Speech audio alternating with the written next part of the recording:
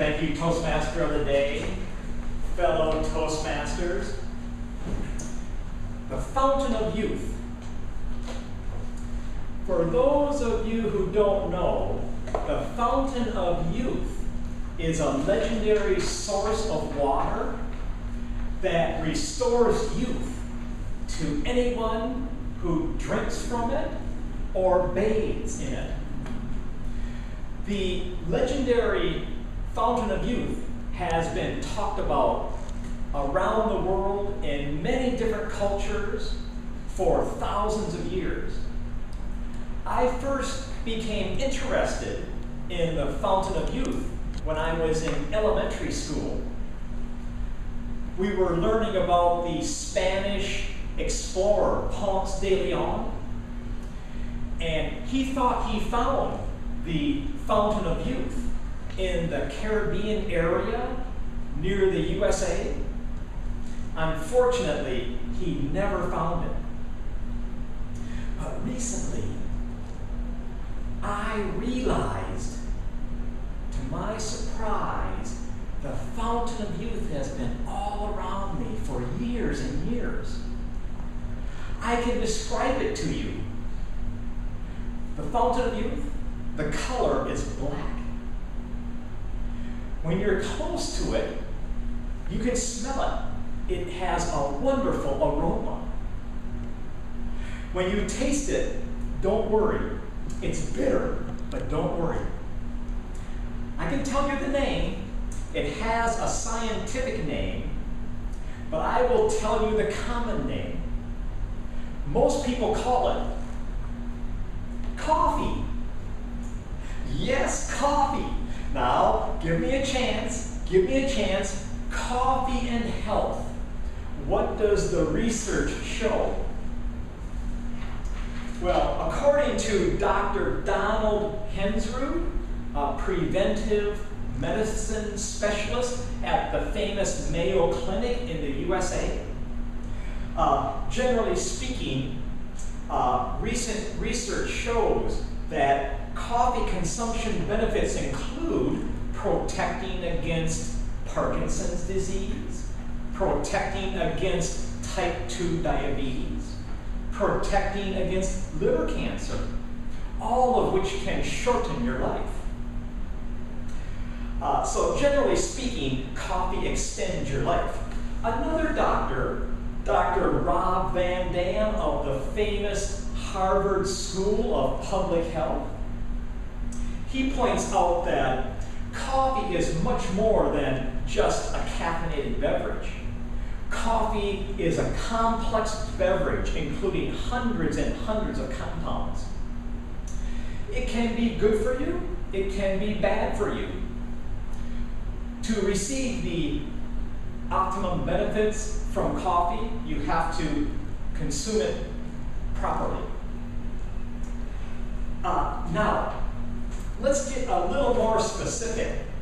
A study by a Dr. Esther Lopez Garcia of the University of Madrid, Spain.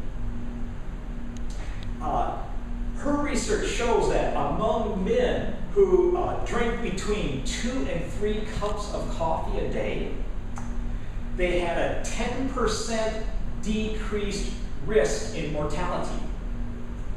For men who drank between 4 and 5 cups a day, they had a 12% decreased risk in mortality. For men who drank 6 cups or more, there was a 10% decreased risk in mortality. So there's an optimum amount of consumption. Now, for women, the figures were a little bit higher. 13%, 16%, and 15% respectively. So this study adds compelling evidence to the hypothesis that coffee consumption is associated with lower risk of premature mortality. Full details of the study are published online at Evidence-Based Medicine.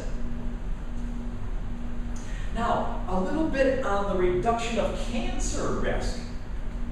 A study by the American Cancer Society found a strong relationship between caffeinated coffee and oral cancer. They studied 968,432 men and women over 26 years. They found that those who drank more than 4 cups of caffeinated coffee a day had about half the risk of death from oral cancer from those who only occasionally drank the fountain of youth.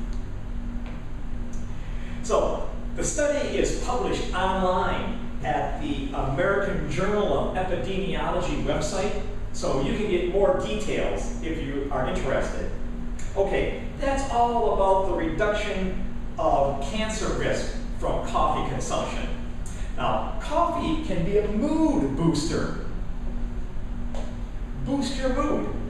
So let me talk a little bit about the chemistry of caffeinated coffee in the human body.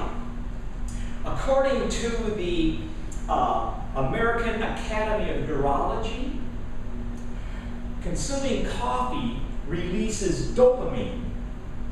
And dopamine is a neurotransmitter that acts on the part of the brain that controls productivity and alertness. At the 65th annual meeting of the American Academy of Neurology, they stated that caffeine's effect on the brain causes increased neuron firing. Your pupils dilate, your airways open up, your heart beats faster, your blood pressure rises, blood vessels on the surface constrict, your liver releases sugar into the bloodstream, and your muscles tighten up, ready for action. Let me show you an experiment. You will see a live experiment now. I have the fountain of youth here. Okay, before. Okay. Airways open up. Blood pressure is increasing. Heart's beating faster. Liver is releasing sugar. Muscles tighten up. How much would check wood check wood? How much would check wood check? How much would check? Oh! Now be careful. Be careful. Overconsumption can lead to erratic behavior. So that completes my talk. In conclusion, I highly recommend you partake, if you're not already doing so, in the Fountain of Youth. Toastmaster of the day, back to you.